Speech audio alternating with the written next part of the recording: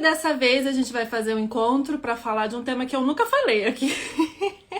Vou dar o meu melhor para introduzir brevemente esse tema para vocês hoje, que é como funciona o mercado de arte. Ai, pronto, polêmica, né? Falou mercado de arte, já dá um mal-estar na galera, né? Porque o pessoal já acha que arte e mercado são duas coisas que não deveriam andar juntas, sendo que na verdade elas sempre andaram, né? Então eu vou tentar um pouco desmistificar para vocês, dando uma contextualização histórica e um pouco na prática, né? Pra gente ir construindo um pouco esse entendimento de como que é o tal do mercado da arte, tá? Bom, deixa eu ver o que vocês falaram aqui. Tenho um fato polêmico. Sabia que o comércio de arte é bastante usado para lavagem de dinheiro? Ó, Bruno, se você não diz! Se você não diz! Pois é, não, todos sabemos desse fato, tá, gente? É fato, não é problema nenhum reconhecê-lo. Eu até vou comentar um pouco mais sobre isso, porque que a arte é sim usada, a arte, joias também, é usada mesmo para lavar dinheiro. Porque, enfim, ela tem uma série de facilidades, né, que a fazem um ótimo objeto, ainda mais por ela ser móvel, você pode levar para qualquer lugar, né? Você pode ter uma obra de arte, assim, enrolada num negócio de papelão, igual esse daqui, ó, e valer milhões e ninguém sabe, né? E você leva ela para cima e para baixo, não tem tributo muitas vezes, né? Então é muito fácil você circular, né? Então é por isso que ela é muito usada para isso também. Só que assim, gente, é sempre assim, a arte pode ser usada para fins péssimos ou para fins maravilhosos, né? Depende de quem tá fazendo isso, né? Não é que o mercado de arte existe para lavar dinheiro, não é nada disso, nunca foi, né? Existe pessoas que fazem um uso indevido, vamos dizer assim, da compra das obras de arte, e isso é uma realidade, né? Não tem como escapar, tá? Mas não que esse seja o motivo pelo qual o mercado exista, tá? Vamos então começar, como nós somos historiadoras por aqui, vamos tentar fazer um mais brevíssimo, bem brevíssimo, assim, panorama histórico, né, desse mercado de arte, tá? Porque, logicamente, como a humanidade tem os seus momentos de mudanças e rupturas, o mercado também vai ter. O mercado que a gente tem hoje, ele é bem característico, ele é bem mais estruturado do que ele já foi, né? Então, hoje a gente, na verdade, até divide um pouco o mercado primário, secundário, mercado tradicional, mercado de arte contemporânea. Então ele é bem mais classificado, vamos dizer assim, mais profissionalizado, vamos dizer assim, do que ele foi aí até, pelo menos até o século XIX, tá? Então, tendo isso em mente, a primeira coisa, né, a obra de arte.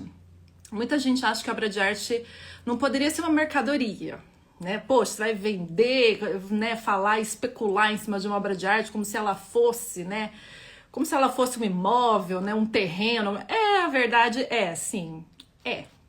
No sistema capitalista que nós vivemos e que nós estamos aí bancando todos os dias, sim, a obra é vista como uma mercadoria rara, uma mercadoria durável, então que tem uma longa permanência ali no tempo, e é então, portanto, um objeto de absoluto investimento, e veja, um objeto de investimento que raramente perde valor.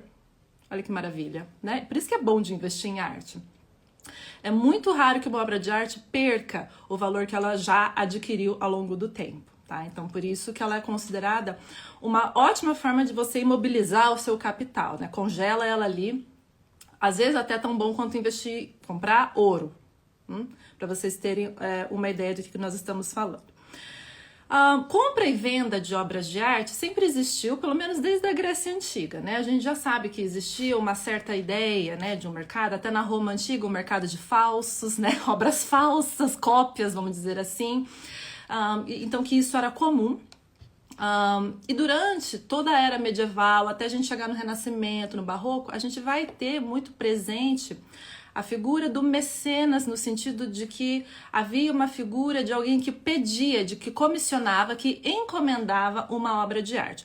Qual que é a grande diferença, então, do nosso sistema hoje para o sistema do passado até, grosso modo, o século XIX?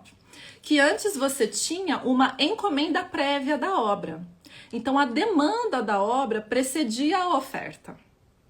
Então, o comissionador, né, a pessoa que encomendava, podia ser a igreja, então podia ser um cardeal, podia ser um papa, podia ser uma família rica, enfim, como vocês sabem, vocês que estudam, ele iria primeiro fazer um contrato para o artista, ele iria pedir exatamente o que ele queria, ele ia dar as especificidades da obra, ele ia falar, olha, eu quero uma obra nessa parede aqui, tem que representar isso, isso, isso. Geralmente os contratos são muito precisos, tinha certinho o tempo de dias, às vezes o tempo, né, o tempo que o artista podia despender, 1 ano, 2 anos, quanto tempo? Quais materiais iriam ser empregados, quantas pessoas naquela mão de obra, estava tudo descrito já antes do artista começar. Então o artista não ia pegar no pincel, não ia pegar no cinzel dele, antes dele já ter uma encomenda bem estabelecida. Percebe a diferença? É diferente de quando você está no mercado, você faz a obra e vê quem quer comprar. Hoje a gente está mais nesse aspecto, né? Antes era totalmente contrário. Então, todos os grandes mestres, aí pensa no Leonardo da Vinci, pensa no Caravaggio, quem vocês quiserem, praticamente só faziam as suas obras a partir de uma encomenda prévia. Então eles já sabiam que eles iam receber. Eles já sabiam até o quanto eles iam receber. Entende? Então isso é uma grande característica que nos difere, né, vamos dizer assim, esse sistema do passado para o sistema atualmente. Então existia esse sistema de patronato no qual a demanda já estava garantida, somos todos felizes, maravilha, né? Agora veja, essa é uma relação, né, do patrono, né, daquele que pede, encomenda a obra, e do artista, é uma relação de trabalho, mas ela não chega a ser uma relação capitalista, tá? Porque a gente não pode falar de um sistema capitalista, de um sistema financeiro bem estruturado antes do século XIX. Que é quando o capitalismo se afirma com força, e essas relações capitalistas também vão mudar bastante. E aí que entra também mais a fundo a ideia do mercado que a gente tem hoje, porque não tinha uma especulação financeira em cima das obras encomendadas até o século XIX. Tá. Bom, então o artista ia receber o dinheiro adiantado dele e tal, ia assinar o contrato. Muitos desses contratos existem até hoje, que é maravilhoso para os historiadores, porque daí são fontes históricas que a gente pode ver quanto que começou, quanto que terminou, quanto que foi pago, quanto que o artista ganhou, né? Por isso que a gente sabe quanto que o Michelangelo, por exemplo, ganhava numa obra, essas coisas por causa dos contratos.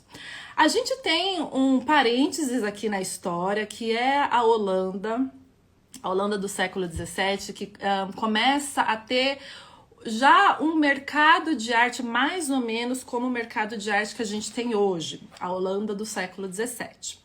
Que não é a Itália do século XVII, né? Que a Itália do século XVII ainda estava dentro, praticamente inteiramente, dentro desse sistema de patronato, de mecenato, né? Então, nós tínhamos pessoas ricas, vamos dizer assim, que fosse da igreja, fosse de onde fosse, que iriam encomendar essas obras previamente para os artistas. Na Holanda, que é um país protestante, do século XVII, a gente começa a fomentar ali, que é um país que estava indo muito bem, os Países Baixos, né, como um todo, começa a desenvolver uma bolsa, digamos, né, uma bolsa de valores já mais bem sofisticada, mais bem estabelecida, onde muitas mercadorias vão ser negociadas, e uma dessas mercadorias é também a obra de arte. Todo mundo na Holanda do século XVII vai começar a investir em comprar obras de arte. Não eram só as pessoas ricas, era todo mundo, eu, você, nós aqui, vamos todos comprar obras de arte, porque a gente compra ela hoje esperando que ela vai valer mais amanhã ou depois. Então a gente realmente vai comprar para vender depois, né? Então veja que é totalmente diferente. Ninguém pediu, ninguém encomendou, ninguém pagou antes, ninguém fez um contrato, ninguém assegurou o trabalho do artista. O artista está livre para ele criar o que ele quiser. Isso é bom? Não necessariamente. Pode ser bom, pode ser ruim, tem sempre os dois lados. Mas fato é que esse tipo de mercado livre, onde o artista agora vai se inserir e vai colocar a obra dele à venda para um pessoal comprar, literalmente como uma mercadoria, para valer mais depois mesmo, a gente agora pode pintar meio que o que a gente quiser, percebe? A gente não precisa mais ficar refém, vamos dizer assim, da igreja, que geralmente vai pedir uma pintura de cunho sacro, obviamente, e geralmente com intuitos, né? Geralmente a igreja vai pedir uma determinada, sei lá, conversão de São Paulo, né? Para falar de redenção, né? Então sempre tem uma simbologia por trás, né? Tem uma mensagem espiritual, uma mensagem de fé sendo passada, né? Isso aqui, na ideia de um mercado livre, isso não acontece. Então, muitas vezes você vai ter pinturas de temas, de gêneros, digamos, inferiores. Então, é assim, a natureza morta, paisagem. Então, são temas que geralmente a Itália não iria dar muita importância e na Holanda começa a circular mais. né? Então, por isso que também surge com muita força, em função do mercado, a pintura de natureza morta na Holanda, que no século XVII a gente sabe que é um monte, né? A pintura de retratos, aqueles retratos de que não retrata ninguém importante, sabe assim? Aqueles Vermeer da vida, sabe assim? Porque existia um mercado para isso. Olha que interessante. Então, agora a gente tem mais ou menos ali no século XVII, na França, esse momento de um mercado livre, na qual você realmente vai olhar para a obra como um bem que vai ser valorizado. Então, você compra hoje, vai vender mais amanhã por mais, vai tirar um lucro, e é isso daí, né? E faz o mercado girar em torno disso. Ainda não estamos falando de um sistema capitalista bem definido, tá? E ainda não chegamos no século XIX. Deixa eu ver. O que mais vocês falaram? As cópias nunca têm o mesmo valor da original. Não tem. A não ser que a gente não saiba que é uma cópia. O que pode acontecer, né? Existem, a gente sabe, né? Teve os falsários aí das histórias que na verdade nem fizeram cópias. Às vezes eles fizeram obras fingindo ser obras originais. Que nem era cópia, era, olha, esse é um Vermeer original, e daí enganou, né, os especialistas e tal. É todo um ramo interessante, o ramo dos falsos no mercado da arte. Aliás, até hoje tem muito falso no mercado da arte, né? Nós sabemos que gira em torno de uns 40%! Meu Deus, olha, 40%, tá? Leiam a respeito, é interessante. Parece piada. Ai, gente, é verdade. Imagina a quantidade de gente que tem quadro falso em casa e não sabe. Mas se ninguém atestar que é falso, continua valendo, tá tudo certo, é só ninguém saber. Botticelli fez cópias de retratos de Giuliano de Medici, outro exemplo. Mas quando o artista às vezes faz mais de uma versão, não é cópia, tá? É uma segunda versão, uma terceira versão, sendo do mesmo artista, tá? Agora, se for um outro artista fazendo uma obra igual aquele artista fez, aí sim seria uma reproposta, né? Depende de como ele fizer. Se ele fizer igualzinho, é uma cópia. Se ele fizer uma releitura, né, mudando um pouco a obra original, a gente considera uma releitura, que é absolutamente normal. Os artistas fazem releituras uns dos outros, porque assim eles aprendem, tá? Uma maneira de estudar também, tá? Deu pra entender? Tem vezes que não se sabe qual é a cópia, disse a Janaína. Exatamente, Janaína. Um especialista sempre detecta qual é o original, qual a cópia? Imagino que isso seja uma pergunta. Não. Só que teoricamente sim, entendeu? Porque ele é o especialista. Então o especialista sempre tem razão.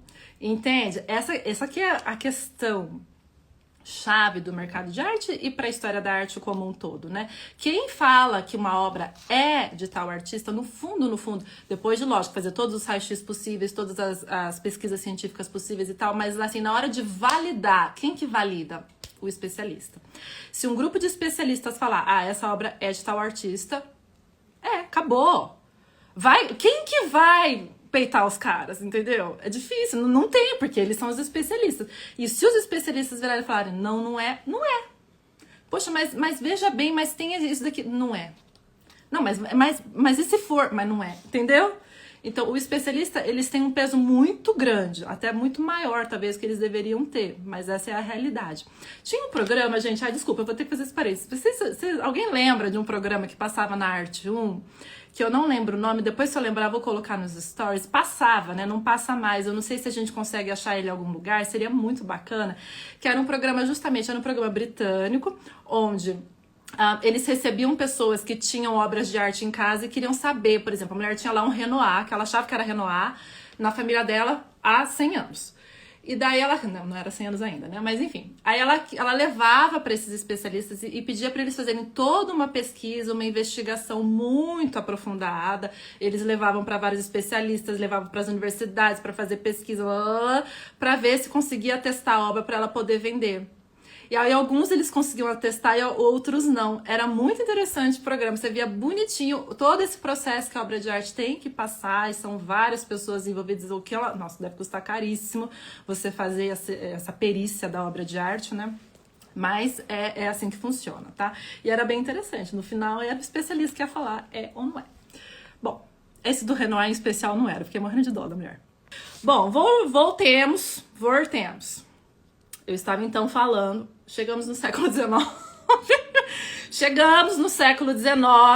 onde então a gente vai começar a ter um sistema de arte, um sistema assim de um mercado de arte, vamos dizer assim, principalmente na França, no primeiro momento, né? Inglaterra e França são os países que vão liderar a Revolução Industrial, então isso vem junto, esse capitalismo mais bem estruturado, né? É uma consequência. Então a gente agora sim vai começar a falar de um mercado que tem características mais modernas e no qual a obra vai ter sim que adquirir um preço, ela vai precisar de um preço para ela poder ir para o mercado. E veja como isso é difícil, porque o preço da obra é subjetivo, né? Se você for pensar bem. Mas no mercado ela não vai poder ser subjetivo. Não vai. Temos que estabelecer o preço, porque nós precisamos também e queremos especular em cima desse preço. Veja que investir não é a mesma coisa que especular, né? No mercado, né? Para quem entende das finanças, né? São coisas diferentes, né? Mas enfim, nós queremos tanto investir quanto especular no mercado. Então, aqui no século XIX, a gente vai ter esse desenvolvimento gradual dessas forças plenas, né, do capitalismo, que vão realmente colocar a obra de arte como uma mercadoria que a gente pode especular em cima. Bom, então estamos agora nesse contexto no sistema financeiro mais desenvolvido, bancos estão se desenvolvendo, temos dinheiro para investir também nesse momento, né? A gente tem um boom nos países da Europa, os Estados Unidos também se desenvolveu bastante na segunda metade do século XIX, o Brasil sempre ficando meio para trás, né? Não à toa, o nosso mercado de arte até hoje é bastante restrito, né? Aí a gente chega, tô fazendo só uma passagem mesmo, tá, gente? No século XX. Só assim, para finalizar do XIX, a gente tem que saber que artistas bem cotados no século XIX, como os artistas que eram os artistas que estavam dentro das academias de belas artes, eles tinham uma certa liberdade de vender tanto diretamente para o mercado, quanto sob encomenda para um patrono, para um mecenas, tá? Isso é interessante porque isso dá uma certa mobilidade para o artista, que até então não se tinha, então ele tem essa dupla possibilidade, né, de ou fazer o que ele quer para ver se o mercado aceita, se tiver demanda, ou então ele faz só sob encomenda. Isso não vai ser bem visto, vamos dizer assim, por todos os artistas. Tinha artistas que achavam um horror, que o artista ia lá e ia se vender no mercado, né? Porque fica um negócio meio sujo, você vai se vender no mercado, né? Você não tem um mecenas, né? Uma pessoa para o qual você trabalha, tipo o Angry, que trabalhava por Napoleão, né? Isso sim é digno. Você vai ficar se vendendo, né? Você vai fazer e ver a que preço você vende. Tem um pouco esse lado, acho que até hoje tem um pouco isso, né, de ver, pô, quanto é que você vale, né? É péssimo isso, mas hoje, a gente já tá, assim, um pouquinho mais calejado, né, nós aqui no século XXI, porque nós sabemos que nós estamos todos à venda, né? Nós todos temos que vender a nossa hora, ou o nosso curso, tudo. Então a gente já tá um pouquinho mais, assim, acalmados nesse sentido. Mas no século XIX isso devia ser uma novidade absoluta, né? Pô, vamos colocar um preço nessa tua obra? Vamos. E você não se sente mal com isso? Agora, é interessante a gente saber que as próprias academias de arte também se convertem em centros culturais, centros de trocas, muitas vezes, porque são as academias que vão promover os salões, que vão promover os concursos, que vão ofertar bolsas para os melhores alunos viajarem e tal. Então, veja, a gente está fazendo agora todo um novo sistema de arte que não existia antes, com vários atores, onde inclusive vai surgir a figura do crítico de arte, em função dos salões, em função das mostras e tal, que surgem com força no século XIX, e também, obviamente, a figura do marchand, que é a figura, pelo menos que se estabelece mesmo, né, com força no século XIX, que é a figura desse negociante de arte que vai comprar e vender o quadro, que vai representar o artista muitas vezes, que vai vender em nome do artista, que vai valorizar o artista. E a gente sabe que a gente tem uma gama aí de marchands do século XIX, que são importantíssimos, e sem os quais nós não teríamos alguns dos artistas, como um Picasso aí no século XX, ou um Cézanne no século XIX, que são artistas que valorizam em vida em função dos seus marchands. Ou ainda artistas que valorizam um pouco depois da morte, como o caso do Millet, que depois que morre, o quadro dele começa a valer horrores. Isso por quê?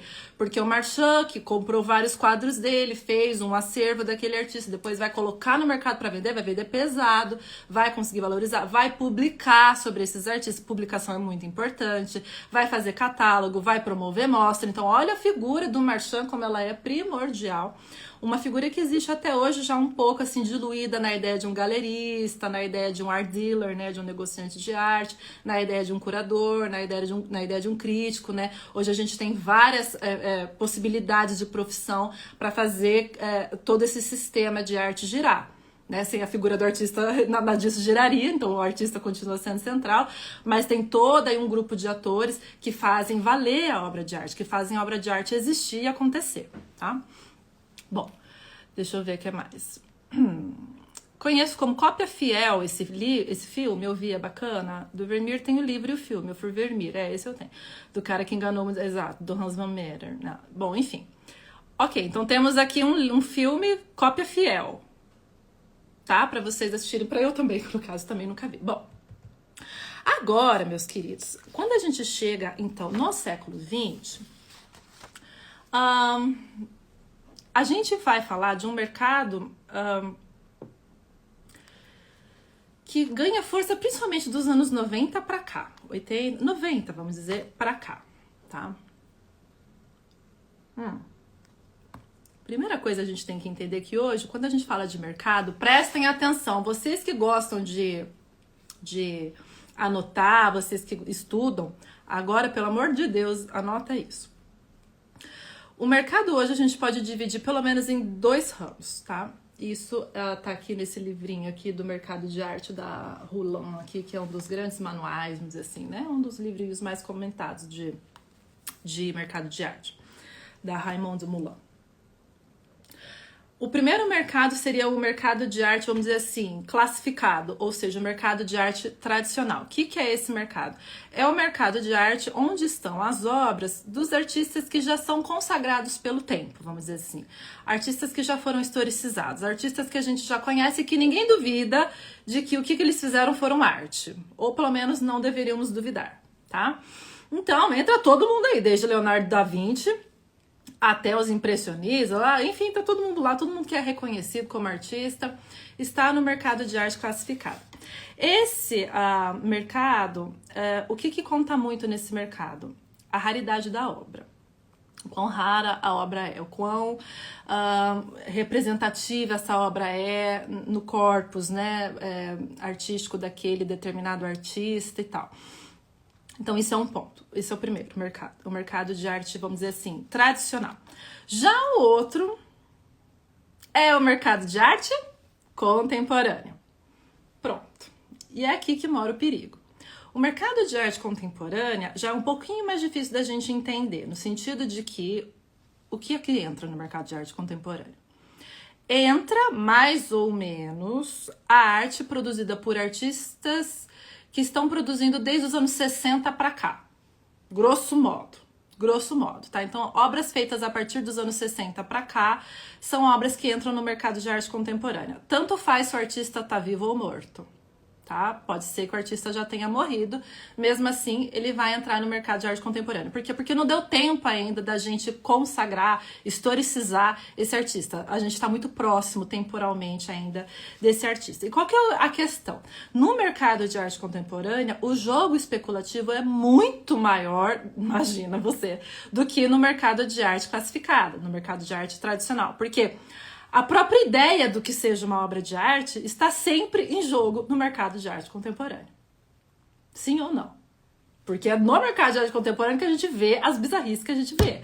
Da banana colada na parede e outras coisas que a gente olha e fala, nossa, mas isso é arte. O famoso, mas isso é arte, né? Que tá até aqui do livro. O famoso, mas isso é arte, né? O mercado de arte vai lá e vende como sendo arte, então passa a ser. O mercado de arte hoje é um grande validador, vamos dizer assim, ele valida muitas vezes o que seja arte e o que não seja arte.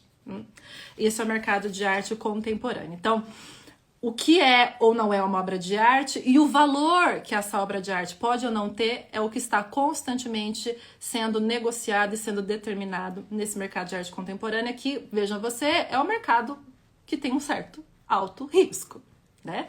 Porque você vai especular em cima de uma coisa, você não sabe o que é exatamente. Você não sabe se esse negócio vai valer, porque a ideia do cara é louca, mas e daí?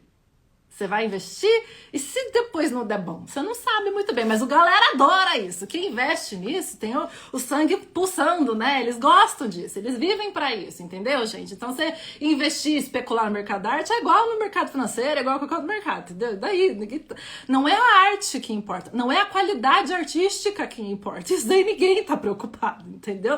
O interessante é quanto que vale e depois quanto que vai valer. Tá? Mas sobre isso, a ideia do mercado de arte contemporâneo, tá?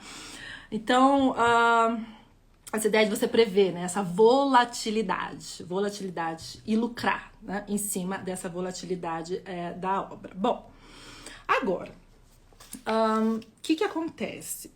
Isso é uma coisa que até eu vou aprofundar lá no curso que eu vou dar em julho. De onde que veio, né, essa ideia? Bem rapidamente, só para vocês entenderem. De onde que veio essa ideia de você colocar no mercado obras que a gente nem sabe se são arte ou não? Isso veio muito em função de um grupo de artistas ingleses chamados Young British Artists, os jovens artistas britânicos que surgiram nos anos 90, todos eles sendo totalmente patrocinados, vamos dizer assim, por um empresário, o Charles Saatchi, que é um dos grandes, esses mega colecionadores. O cara não entende nada de arte, tá, gente? Ele não é igual nós aqui, não é? Ele é um trader, né? Então a gente teve esse momento de encontro desses novos traders, esses novos ricos, que têm muito dinheiro, mas que não têm necessariamente um conhecimento artístico à altura, que não tem necessariamente um bom gosto à altura, mas que, de toda forma, vão investir em novos artistas. Que artistas são esses? No caso do Charles Saatchi, ele vai investir nos Young British Artists, que ele mesmo forma esse grupo. Ele mesmo vai promover uma grande mostra, a famosa mostra Sensations. Eu vou falar lá no curso para vocês, que foi uma mostra que causou muita polêmica, onde vai surgir um Damien Hirst, onde, aqui ó, Jeff Koons, que também é um dos mais conhecidos, né? O Jeff Koons, talvez você já tenha ouvido falar dele, né? Ele é um dos artistas hoje mais bem cotados, né? As suas obras valem muito. A artista vivo talvez seja ainda o mais caro de todos. E você vê que as obras são bem sensacionalistas, jogam com a cultura popular, joga com o kitsch, né? Aquela coisa meio brega, meio pastiche, né? Mas é isso daí o que temos.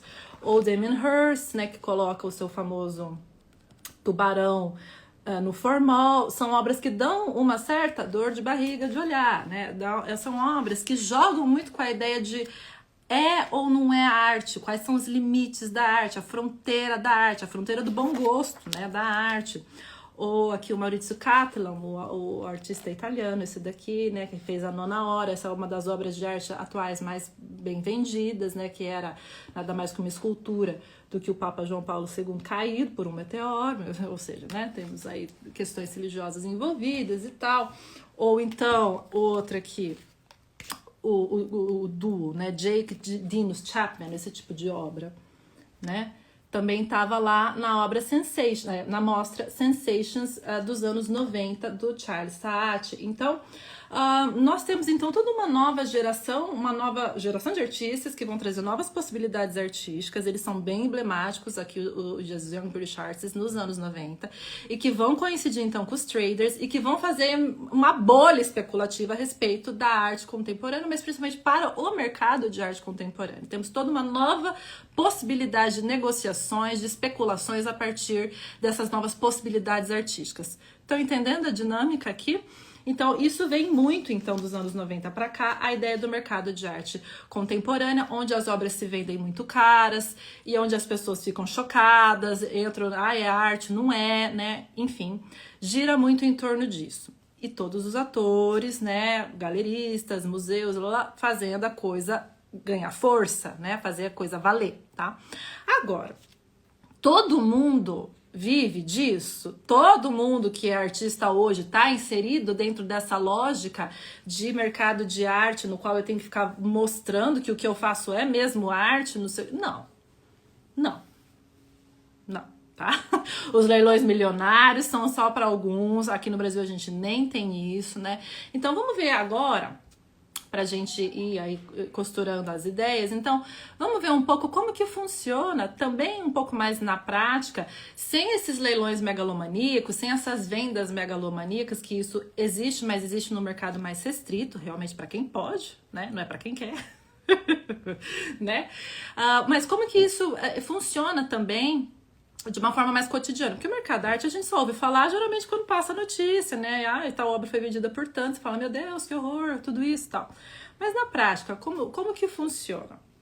Se você é um artista, vamos partir daí. Se você é um artista e você quer vender as suas obras, como que você faria hoje?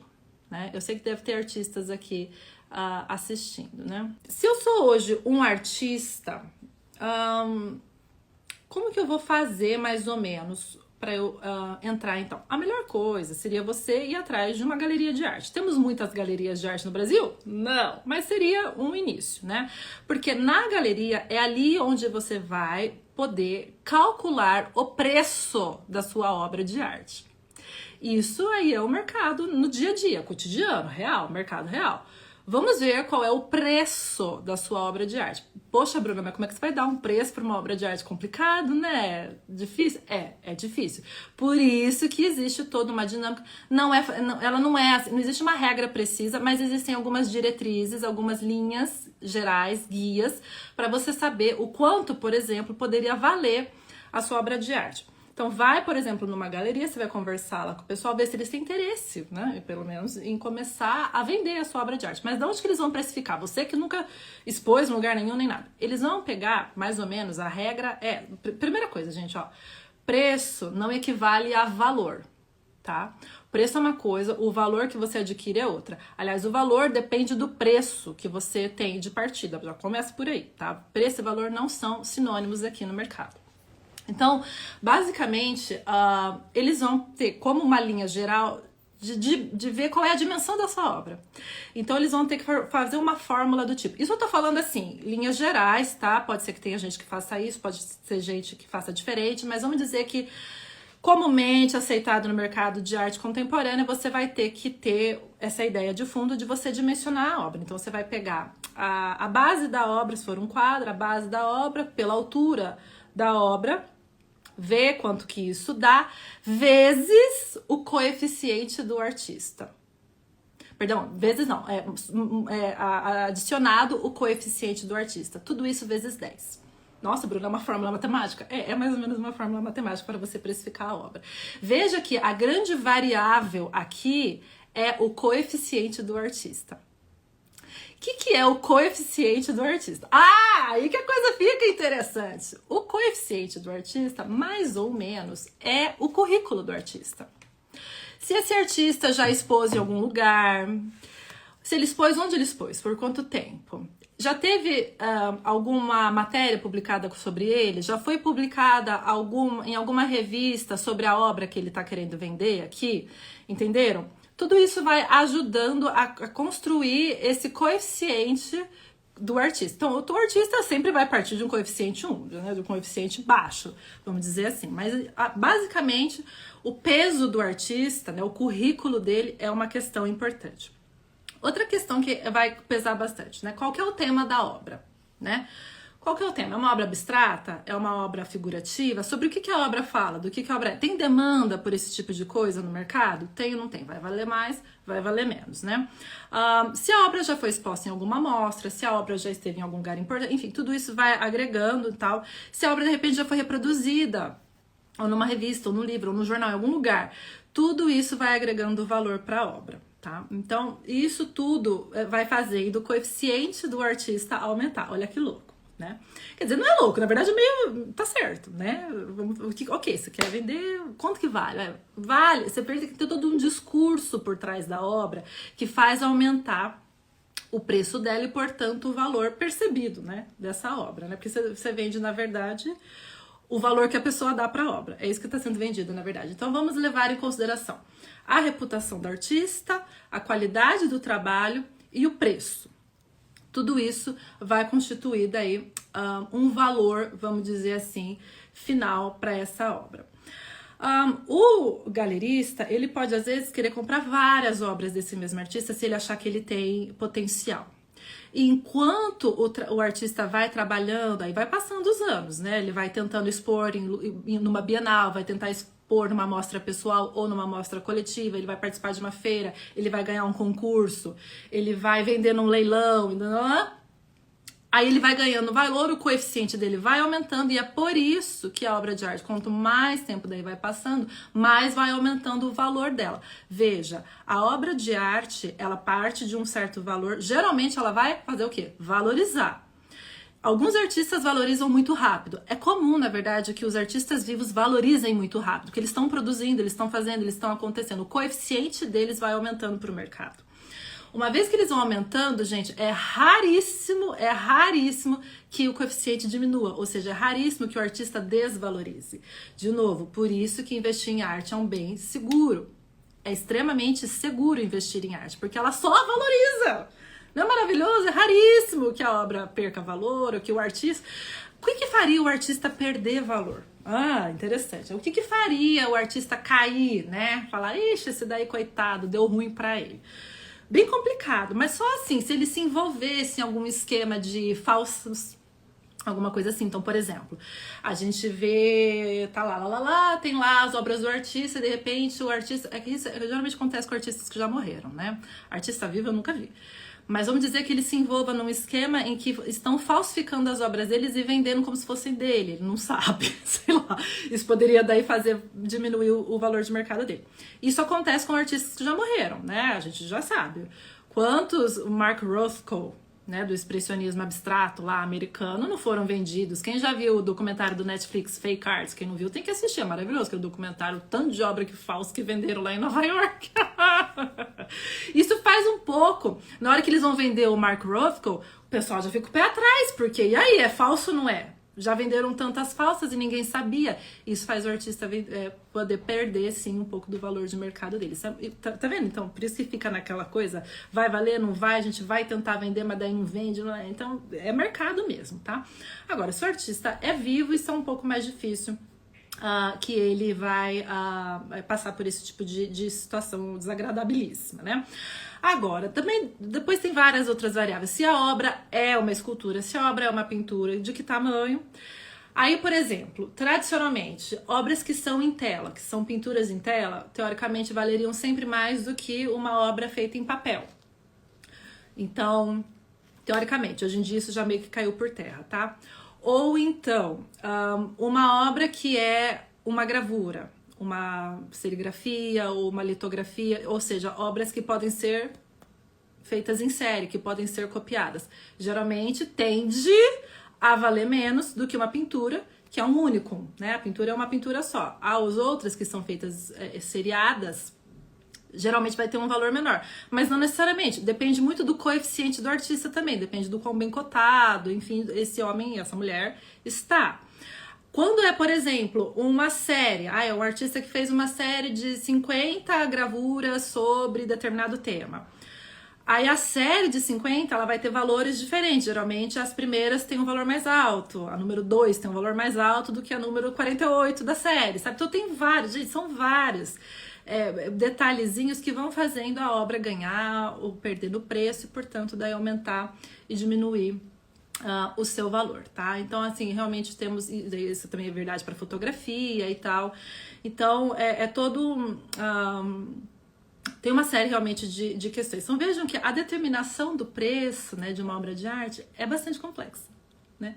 Ela é bastante complexa, não segue muito uma regra, tem várias dinâmicas, mas o prestígio, ele acontece até da parte de quem compra a obra. Sabia disso? Veja, a gente tem as pessoas que compram a obra pela primeira vez, isso é chamado mercado primário.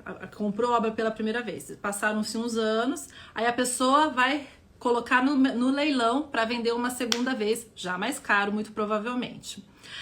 Dependendo do prestígio da pessoa que comprou a primeira vez, a obra pode até valer mais na hora de revender no leilão. Ah, então não sei quem lá pertenceu ao rei, ao súdito do não sei que, do príncipe saudita, nananã, pertenceu ao milionário, tal, a família, tal. Isso, eu acredito que isso tem peso na hora de revender a obra também, de quem foi a obra antes. Jesus, são muitos detalhes. Pode repetir o nome do comentário da Netflix? Sim, é o Fake Arts. A Sandra já escreveu aqui. Fake Art é uma história real. Esse documentário tem muito que assistir, gente. É muito legal. É daqueles que você fica assistindo assim, você não quer que ele termine, tá? Bom, o que mais eu quero falar pra gente ir concluindo, então? Entendemos que são vários os fatores que vão constituir o valor para uma obra de arte. Se você hoje é um artista, é o que eu tô falando. Tente começar indo para uma galeria. Tem muitos artistas hoje extremamente talentosos que estão fora do mercado de arte, porque eles querem mesmo. E eles não estão errados, no sentido de que é complicado, como você tá vendo. Pode ser que ninguém queira vender a sua obra numa galeria. Pode ser que ninguém aposte em você. Não quer dizer que você seja ruim, mas às vezes não tem demanda para o tipo de obra que você faz. Ou já está saturado também. É uma realidade isso também, né? O mercado é assim. Agora, uma vez que você é aceito, né? Você tá vendo a quantidade de pessoas que vão fazer. É curador, é crítico, é o galerista, é o jornalista, enfim, uma série de pessoas, é o Museu de Arte Contemporânea para expor, é o pessoal da Bienal, é não sei o quê, que vai criar um status tanto para sua obra quanto para você, e que vai fazer disso um investimento válido, né? Então veja o quanto a possibilidade, né, de gente que está envolvida, e veja, não é só o preço da obra o suficiente para agregar o valor. Veja bem, o que mais vale aqui é a reputação do artista e a reputação das pessoas envolvidas em todo o processo de validação da obra. Por isso que quando você vê um documentário como Fake Art, a mulher quase se mata lá, né? Porque ela vê que a reputação dela caiu, né? Porque ela estava vendendo falsos sem saber. Gente, uma reputação não volta atrás, né? Todos nós sabemos. Então, assim, por que o mercado da arte é interessante? Porque a gente sabe, os estudos mostram que em momentos de incertezas econômicas, como o que a gente está vivendo aqui agora, né, pós-pandemia e tal, o interesse das pessoas se volta cada vez mais aos bens tangíveis, bens duráveis, como é o caso da arte. Então, por isso, sim, investir, comprar. E eu tenho certeza que muitos aqui têm obras de arte em casa que vocês compraram, nem que seja do artista vendendo na rua. Isso é mercado de arte, um pouco mais informal também, mas não deixa de ser, né? Hoje em dia tem muitos artistas que são empreendedores deles mesmos, porque eles não conseguem ou não querem se inserir totalmente num sistema que é tão complexo, mas que funciona e funciona muito bem. E que realmente os artistas surfam muito nessa onda. Um Romero Brito da Vida tá aí pra mostrar, né? O Romero Brito foi dessa forma, né? Ele foi cooptado, vamos dizer assim, né? Capturado por uma galeria que o representou e tal. E daí, essa é uma outra questão interessante do mercado de arte internacional, que eu não sei até que ponto a gente poderia ou conseguiria fazer isso no Brasil, que é ter uma galeria líder que pega o artista, gosta dele e joga ele para todas as outras galerias. Cria uma rede internacional para fazer mostras desse artista, para fazer as obras serem vendidas e tal. Muitos artistas passam por isso. Isso é uma forma muito fácil, vamos dizer assim, para o artista, para ele ganhar fama muito rápido, tá? Isso aconteceu, por exemplo, com o Keith Haring nos anos 80. Eu não separei o Keith Haring, mas ele fazia aqueles desenhos coloridos que todo mundo já viu e tal. Ele ganhou dessa forma o mundo, porque as galerias começaram a expor ele loucamente em todos os lugares, entendeu? Então, assim vamos. Então, para finalizar, o que a gente tem num mercado mais bem estabelecido? Essa figura da mega galeria, as casas de leilões, que o Brasil tem, mas tem bem menores. As duas maiores são a Christie's e a Sotheby's, que atuam nos Estados Unidos, no Reino Unido, na China principalmente. Eles estão expandindo muito para o mercado asiático. Gente, a China hoje, as vendas deles... Meu Deus do céu. Daqui a pouco a gente só vai ouvir falar do mercado chinês, já, porque eles estão até querendo, acho que, fechar a Christie's nos Estados Unidos e transferir tudo para a China, porque os Estados Unidos já não tem mais como muito chegar no nível do que eles estão vendendo na China, gente. É surreal. Surreal o mercado asiático. Vai, gente, de Singapura. Você imagina os ricões de Singapura, de Beijing, de Xangai, de Hong Kong, chegando lá para fazer suas comprinhas. Ai, gente, deve ser um negócio chiquérrimo, né? Um negócio que a gente tem imaginado. imaginam que seja esse pessoal fazendo compras, né? Pra eles é nada, gente. Pra eles é nada. Ah, deu 10 milhões ali, 5 aqui. Vai na boa, comprando outras coisas também que não só as pinturas, né? Móveis, joias, um monte de coisa que eles fazem nessas grandes casas de leilões que a gente não tem aqui no Brasil. Então, as galerias, mega galerias, as casas de leilões e, por fim, uma outra figura importantíssima, o colecionador. O mega colecionador. O mega colecionador, que é aquele que às vezes, como é o Charles Saat, que eu falei, que pegou o grupo dos Young British Artists e falou, eu quero comprar as obras de vocês, eu vou fazer vocês entrarem no mercado, e ele fez. Mas não precisa ser tanto. Por exemplo, eu postei nos meus stories, né, aquele japonês, Muazawa, eu sempre esqueço o nome dele, né, que comprou um Jean Basquiat, só porque ele gosta do Basquiat. Eles estavam esperando conseguir no máximo uns 40, 50 milhões naquele Basquiat. O japonês, que eu esqueci o nome, vai lá e dá 100 milhões, só porque ele quer. E aí o que ele faz? Ele colocou o Basquiat como o artista contemporâneo mais caro. Assim, artista contemporâneo sim, ele morreu em 1987, então tá bem próximo de nós aqui, o mais caro de todos, nunca se tinha vendido. Porque a obra contemporânea mais cara é a do Willem de Kooning, tá em segundo lugar nas mais caras, 300 milhões. Só que o de Kooning já morreu faz tempo, né, já morreu já mais tempo do que o Basquiat. E aí o Basquiat 100 milhões, meu Deus do céu, então ele alça o sarrafo lá em cima, né, só porque ele quer. É um super colecionador, é um bilionário, pra ele 100 milhões é nada, né, então assim... De novo, esse pessoal estuda? Esse pessoal conhece arte? Geralmente não, né? Geralmente não, mas enfim, eles querem investir. Essa é uma realidade nossa no Brasil? Não, tá? No Brasil, o mercado é mais restrito, então vou finalizar agora com essa realidade aqui do Brasil. Existem poucas galerias de arte no Brasil. Só para vocês terem uma ideia, a cidade de Nova York deve ter mais galerias de arte do que o Brasil inteiro. Então, assim, a gente não consegue ter um mercado de arte bem estabelecido e bem desenvolvido aqui no Brasil, porque a gente não tem nem... O que acontece? Se a gente não tem as galerias, não tem as casas de leilões, é porque não tem, na verdade, gente comprando arte. A gente não tem os colecionadores comprando mesmo, investindo na arte. E por que a gente não tem? Por que a gente não compra arte da mesma forma que os gringos, né? Por que a gente não tem essa tradição? Eu sou do time que acredito que é porque falta, primeiramente, uma educação, né, a respeito. Falta uma educação, falta uma vontade e tal. A gente não olha para a arte como um bem de investimento, né? A gente investe em outras coisas. A gente não se fala, praticamente não fala de artes plásticas. Ou seja, o Brasil não está nessa live, certo? Quem que está aqui? Pessoas iluminadas, maravilhosas que vocês são. Pessoas, assim, pra frente, pessoas bem resolvidas. Pessoas que gostam, que vêm atrás, que pesquisam, que querem ouvir, que querem entender, que querem se elevar, que querem expandir conhecimento. Esses são vocês, tá? Maravilhosos, moram todos no meu coração. Mas o Brasil inteiro não é assim, e por isso a gente não tem as galerias, a gente não tem tanta gente vivendo. Imagina quanta gente podia estar vivendo o mercado de arte, vivendo bem, não só os artistas, mas as próprias pessoas, os galerias e tudo. Nossa, o Brasil também que é, gente, com esse tanto de talento que a gente tem, tanto artista maravilhoso, tem tanto artista maravilhoso que me segue aqui no Instagram que eu fico vendo, fico babando, e as pessoas estão aí matando leão por dia, não precisava, sabe? Enfim, mas nós fazemos a nossa parte, né? Então, agradeço demais vocês que me acompanharam hoje aqui no nosso aulão sobre o mercado de arte. Eu espero que tenha dado para entender. Eu fiz assim um super panorama histórico e depois mostrei também alguns aspectos práticos, né? Me digam se vocês gostaram. Mas vocês entenderam agora, gente, que a coisa não é tão suja, vamos dizer assim, quanto ela parece? É um mercado. A arte ali é vista como uma mercadoria. Não estamos falando da qualidade artística, não estamos falando da beleza das obras, não é, tá? Estamos falando de um jogo especulativo, estamos falando de algumas características que vão não determinar o valor da obra, e assim vamos, tá tudo certo, é um mercado legalizado, estão pagando os tributos, os impostos e tal, tem a lavagem de dinheiro, porque sempre vai ter gente fazendo coisa errada onde não deveria, e a vida segue, né? E a gente continua sempre acompanhando as notícias, ficando horrorizada, porque vendeu por 200 milhões aquela coisa feia, jamais eu não pagava nem vintão. Mas não é legal? É legal, então deixa a pessoa lá, cada um tem o seu gosto, né? Quer pagar 300 milhões no Willem de Kooning, paga, gente. Mas veja, muitas vezes vai revender depois, tá? Muitas vezes a pessoa compra já pensando quando depois revender em algum momento.